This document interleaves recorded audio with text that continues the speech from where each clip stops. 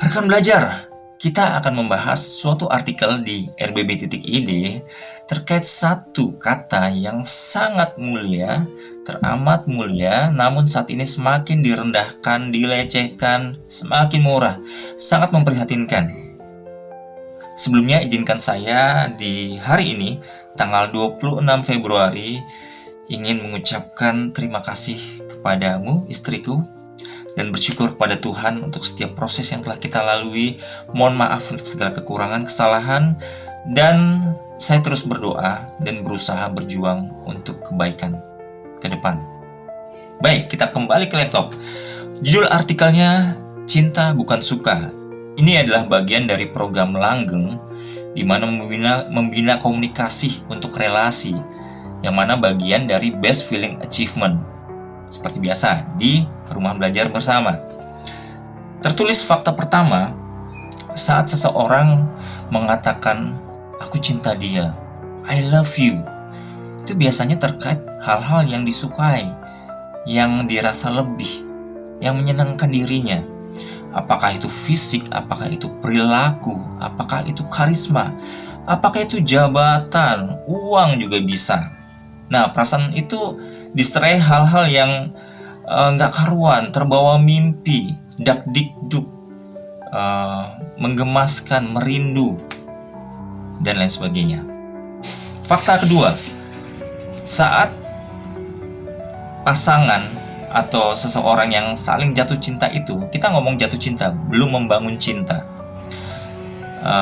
Pasangan itu menikah, menyatukan dirinya dalam pernikahan, yang mana berjanji di hadapan Tuhan gitu ya, di hadapan banyak saksi, mereka untuk hidup bersama dalam untung malang suka dan duka.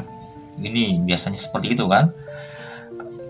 Mereka sensasi itu pada pernikahan sudah berlangsung lama, sensasi itu memudar, bisa bertransformasi, bahkan bisa hilang dan menjadi konflik. Yang awalnya berjanji berusaha dalam untung malang, pada saat pasangannya dirasakan nyeleweng gitu ya, selingkuh, merasa dihianati, kemudian dirasakan berubah, atau mungkin karena bosan, karena ada godaan lain gitu ya. Jadi pernikahan itu menjadi perceraian, dan ini sangat memprihatinkan. Di Indonesia itu perceraian semakin meningkat. Saya pernah tahu beberapa tahun yang lalu itu sampai 500.000 lebih per tahun. Dan sekarang konon sangat lebih banyak kuantitasnya. Sangat memprihatinkan. Semoga dengan pembahasan ini kita bisa menyatukan pola pikir dan pola sikap untuk membina pernikahan. Karena kasihan generasi muda, karena kasihan anak-anak kita. Dan akan menjadi keruntuhan suatu bangsa bila keluarga ini tidak dibina dengan maksimal, optimal. Baik, fakta yang ketiga, bahwa pada saat seseorang menyukai sesuatu, entah itu barang, bisa tas, pakaian, kendaraan, sepatu, perhiasan, rumah, atau juga hewan peliharaan, itu biasanya sensasi rasanya itu dianggap mirip dalam Best Feeling Achievement. Maksudnya kadang bikin nggak karuan rasanya gitu ya. Tapi berbeda ya, mirip bukan sama. Terbawa mimpi, kalau tidak ketemu merindu, apalagi dengan hewan peliharaan gitu ya. Kendaraan juga kadang gitu, kalau kendaraan bagus, wah kadang rasanya bagaimana gitu kalau jauh dari barang ini yang dianggap disukai banget. Bahkan saya jatuh cinta kepada dia gitu, kepada barang ini ya.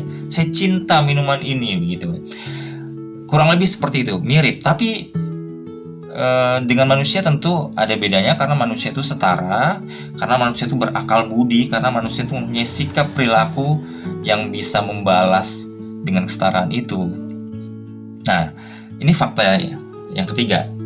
Nah, kemudian dijelaskan bahwa suka dan cinta dalam Best Feeling Achievement itu dipisah tegas. Suka itu ranahnya kesenangan, cinta itu ranahnya kebahagiaan, di mana ada rasa syukur, gitu, di mana ada kedamaian, ketenangan yang sejati. Baik, jadi suka ini yang awalnya dikenal jatuh cinta ini didefinisikan sebagai suka yang mendalam karena dipicu oleh alam sadar dan bawah sadar. Bawah sadar ini seperti pada saat manusia dalam kandungan, dalam perjalanan hidupnya, dia otaknya menyerap hal-hal yang akhirnya dia menyukai hal-hal tertentu. Mungkin orang dengan kulit gelap atau suara yang intonasinya seperti apa. Nah, ini hal-hal yang bawah sadar. Yang sadar ya juga dia suka akan sesuatu, pasti punya preferensi pribadi, idealisme pribadi. Sehingga dorongan itu menyebabkan dia menyukai sesuatu secara mendalam yang dianggap itu jatuh cinta bila pada manusia gitu. Biasanya seperti itu. Pada manusia ini akan semakin bergetar rasa suka yang mendalam ini karena manusia itu yang tadi setara, punya akal budi dan sebagainya, ditambah kita ada ketertarikan secara lawan jenis, ada gairah seksual atau libido. Itu salah satunya. Sementara cinta itu, pada saat kita mengatakan cinta, itu dalam best feeling achievement dianggap suatu aksi, bukan perasaan.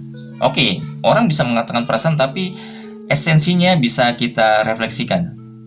Contoh, pada saat ada narasi, aku cinta kamu. Ada narasi, aku cinta Indonesia. Aku cinta anakku. Ada narasi Tuhan mencintai manusia, umatnya. Coba kita tanyakan, manakah yang lebih esensial? Apakah itu perasaannya ataukah aksinya?